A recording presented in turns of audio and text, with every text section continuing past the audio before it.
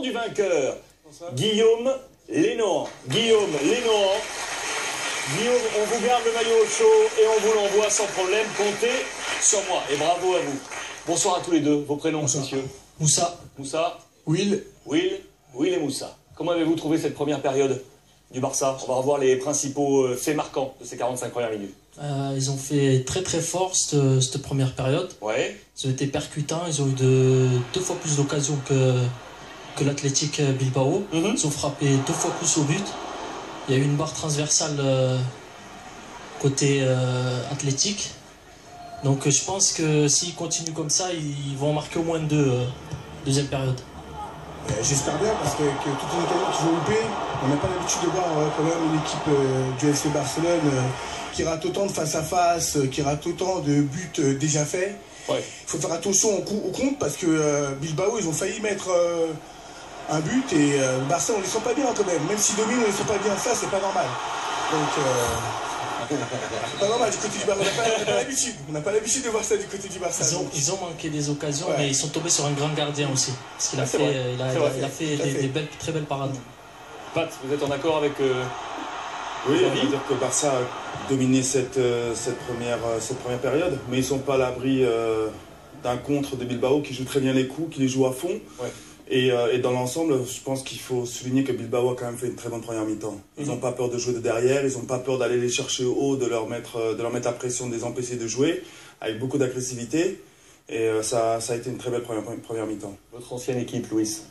Ça fait plaisir toujours de revoir l'Athletic jouer. Je pense que c'est dans la continuité. Je pense que depuis que Marcelo Bielsa est passé, avec cette génération de jeunes joueurs, ces garçons qui sont là aujourd'hui avec un peu plus de maturité, un peu plus d'expérience, on les sent sur le terrain, comme te dis Pat, c'est une équipe qui sait presser haut, qui sait aussi jouer, qui sait aussi avoir une possession. Et puis on voit un bon 0-0 quand tu as un match comme ça avec des occasions de part et d'autre. Et c'est vrai que c'est un Barça un peu, un peu fébrile, parce qu'on sent que dans les tribunes, c'est dans ce genre de match, quand tu sors d'une défaite en Coupe d'Espagne contre le rival, le Real, et que tu restes sur 2 contre-performances en championnat, quand tu reviens au Camp Nou, il te faut absolument gagner le match en y mettant la manière. Ils ont manifesté leur mécontentement, les socios, avec l'absence. Il peut y avoir, ce soir, il peut y avoir l'Os Pañuelos. Les petits mouchoirs blancs de sortie. Sony avec l'œil sur le regard sur ses chiffres et ses stats.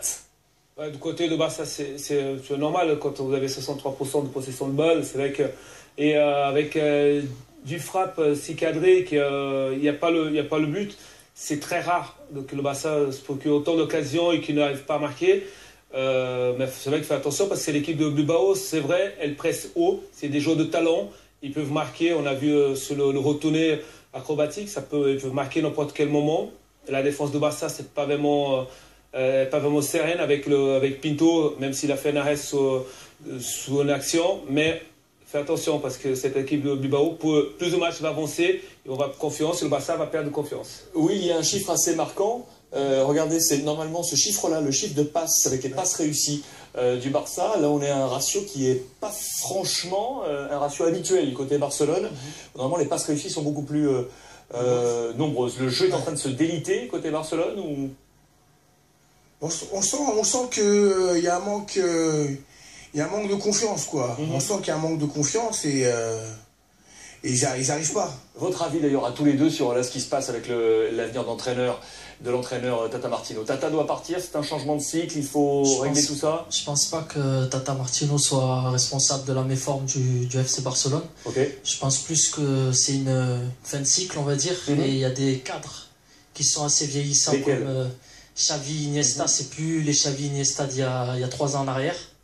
C'est des phénomènes au milieu de terrain et ils arrivaient à... Vous êtes dur, hein? Non, moi je pense plutôt que la philosophie de Tata, c'est pas la même, c'est pas celle du Barça. Il est bien, Will, hein? Il est bien fort, moi je le trouve.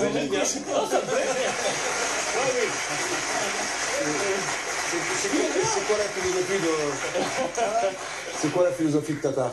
Tata, je crois qu'il est plus défensif, Tata. Tata, moi, je trouve pour moi que c'est un coach qui est plus défensif. Ou un peu plus, un jeu direct peut-être. Plus un jeu direct. Ouais. Plus direct, moins de possession de balle. C'est peut-être pour ça qu'on voit le temps de passe raté de côté de Barça.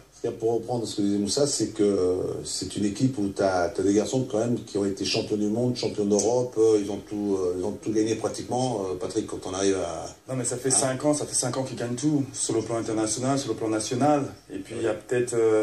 Pas quand il dit Manchester City. Oui, on est d'accord que tout le monde les a mis en haut. Même Xavi et Iniesta, on s'est dit, ils sont au-dessus du lot. Ils flottent. Ils ont éliminé City, mais on a vu un petit City aussi. Je pense que City, on n'a pas montré vraiment le bon visage, on n'a pas vraiment été à notre niveau. Et c'est pour ça que Barcelone est passé. Mais bon, Barcelone n'est pas dans le dernier carré. Et quand on les voit jouer ce soir, on sent qu'il y a un manque de confiance parce qu'ils sont en train de vivre des moments difficiles. Il y a des joueurs individuellement qui sont en train de passer des moments difficiles. Mais sur le match de ce soir, il y a pas mal de passes loupées, pas de passes réussies. Mais parce que Bilbao presse bien et les empêche de jouer. Bilbao est quand même agressif, ils ont commis 9 fautes. Oui, exact. C'est parce que c'est pas facile pour Barcelone de jouer. On va poser les questions également avec Benjamin et Omar qui sont sur place, toujours avec nous. Bonsoir à tous les deux. Messieurs, vous nous entendez, on voit les images en direct là, avec les sorties à l'échauffement, me semble-t-il, côté Bilbao, c'est ça Benjamin Bilbao. Ouais, ok, Bilbao est sorti à l'échauffement. Omar, Sony avait une petite question. Omar, vu que Neymar n'est pas sur le terrain, qu'il est blessé, est-ce que le Barça va faire rentrer Messi au deuxième mi-temps?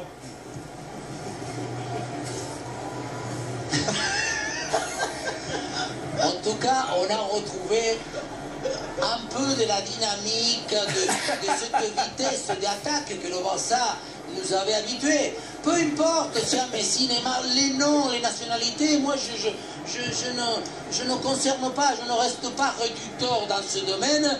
On retrouve, c'est vrai, il continue à être assez vulnérable. Je trouve que Bilbao aura des prétentions, parce que d'abord de faire jouer Sousaïd, Ander Herrera, Munian, pratiquement tout le temps venir presser, il y a une espèce d'ambition, il libère ses arrières latéraux, il n'y a pas cette histoire de dire on joue à l'extérieur, c'est vrai, mais si il n'est pas encore tout à fait connecté, mais en tout cas on a vu quand même qu'il y a eu des combinaisons et ça fait revenir un peu l'esprit Barça au Camp Nou. Effectivement, Louis repose la question, ce que vous n'y avez pas répondu, Omar. Est-ce que Messi rentre en deuxième mi-temps? Il est annoncé, non? Il reste encore 45 minutes. Il est là, il rentre. C'est les garçons. Ah. Si jamais vous avez les yeux qui pleurent tout seuls, vous allez savoir pourquoi. Allez, il est 22h01, deuxième mi-temps de ce match. Et on se retrouve juste après. Merci Moussa, merci Will pour cet éclairage à la mi-temps. On se retrouve juste après avec les images anglaises et le résumé complet du match de l'Olympique de Marseille ce soir face à Lille. Benjamin, Omar, bonne deuxième mi-temps.